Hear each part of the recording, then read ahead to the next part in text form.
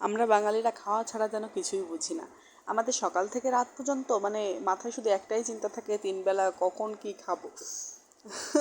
তো সকালে ঘুম থেকে উঠেই তো চলে আসছি রান্নাবান্না করতে। তো দেখো আজকে কি কি রান্না করি তোমাদের সঙ্গে শেয়ার করি।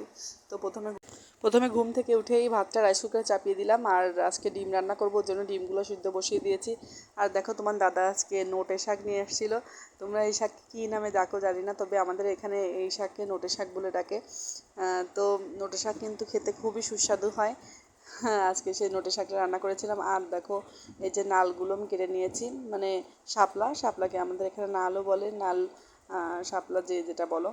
তো এই যে শাকগুলোকে পরিষ্কার করে ধুয়ে আমি কড়াইতে দিয়ে দিলাম সামান্য পেঁয়াজ আর ঝাল, জাস্ট এখানে কিন্তু রসুন ব্যবহার করিনি, আমি তেল দিয়ে পেঁয়াজ ঝাল দিয়ে একটু ভেজে নিয়ে তারপরে আলু কুচিয়ে নিয়েছিলাম, আলু আর শাকটা দিয়ে একটু লবণ হলুদ পরিমাণ মতো দিয়ে ভেজে নিচ্ছি।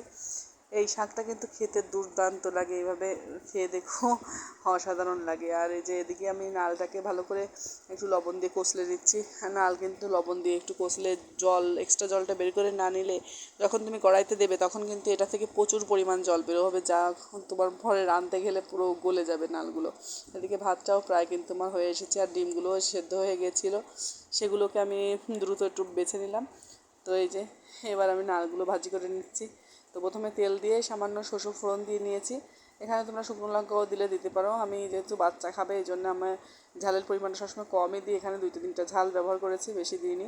এ দেখো আমার নালটা থেকে কিন্তু একদমই ছাপলা থেকে একটুও জল বেশি বেরো হয়নি, যেহেতু আমি আগে থেকেই লবণ দিয়ে ওটাকে চটকে নিয়েছিলাম। তো মাঝখানে আগে আমি একটু টক রান্না করে নিলাম, আমাদের আবার টক ছাড়া তো চলেই না, আমরা দিয়ে একটু পাতলা টক করে নিয়েছি। আর এই যে ডিমগুলোকে ভেজে নিচ্ছি, ডিমগুলোকে ভেজে এবার আমি তুলে নেব। হালকা ভেজেছি, মানে অতিরিক্ত কড়া ভাজবা না, তাহলে উপরে স্কিনটা যেন শক্ত হয়ে না যায়। তো এবার মশলাগুলো কষিয়ে নিয়ে এই তো ডিমটাও প্রায় রান্না হয়ে গেল, কষিয়ে সামান্য জল দিয়ে এভাবে ডিমটা রান্না করে নিলাম। ব্যাস, এই তো আজকের মেনুতে এইগুলাই ছিল, শাক ভাজি, নাল, শাপলা যে যেটা বলো, আর সঙ্গে ছিল ডিম, সাথে আর টক।